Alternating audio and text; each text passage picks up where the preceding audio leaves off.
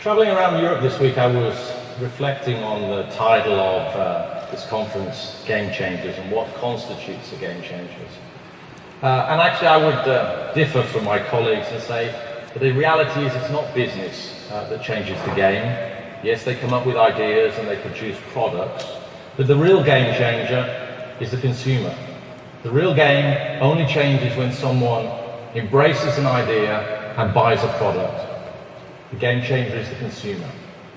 Of course, I hear you say that that has always been true. The consumer's always been the decision maker. But I believe that today, more than ever, it's the consumer. The very extended recession that we've all lived through, the speed of change brought to us through the digital infrastructure has accelerated and accentuated this, such that consumers are both more savvy and less brand loyal at the same time. So what I believe is the only way we can build resilience for the future of all our businesses is by being truly relevant to how consumers live their lives today and how consumers are going to live their lives tomorrow. So let me offer two implications of that thought for us as business leaders. Firstly, I believe we need a richer, more instinctive understanding of the consumer.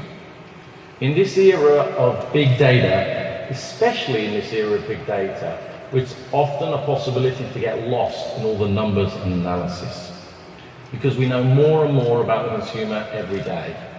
But while hard data, yes, provides us lots of insights, it can and risks helping us create a better yesterday rather than a better tomorrow. So yes, we need to use data wisely. But what we look for, what we try to do, is follow the softer threads of what's happening out there with the consumers, to listen to the quieter noises behind the data that's not coming through from all that analysis. We need to rely to some extent still on our gut instinct of what's right for the consumer aspiration. And let me give you one example from the Coca Cola world of when we spectacularly failed to obey this maximum. In 1985, in the US, we launched New Coke. New Coke was possibly the most researched product launch in the history, certainly our history, but probably in the history of all product launches. We had data coming out of our ears, but we had failed to listen properly to what the consumer was saying to us, and we had failed to understand what they really believed in and aspired to. The rest of that story is business history. The second implication I would offer is that we need to reevaluate our appetite for risk. Ironically, what we believe is in uncertain times that is the time to take more risk. That the uncertainty itself presents more opportunity and therefore more risk needs to be taken. As an example, Coca Cola again.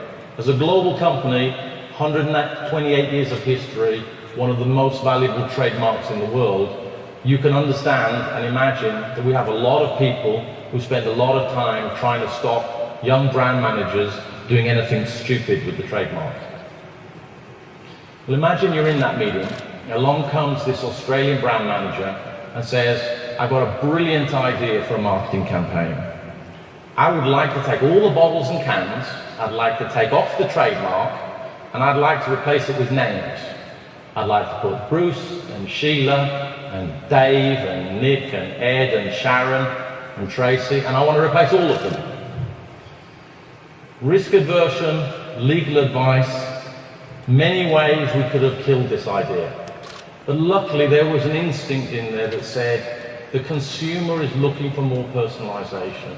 The consumer is looking for products and brands they can interact with, create their own experiences, and share that content through social media. So we embraced the idea. We ran it across now more than 80 countries. Here in the UK alone last year, we sold 100 million bottles and cans with people's names on them. So in short, what am I saying? It's the consumer that's the game changer. The key is to have a very distinct data, but instinctive understanding of the consumer, take more risk, remain relevant.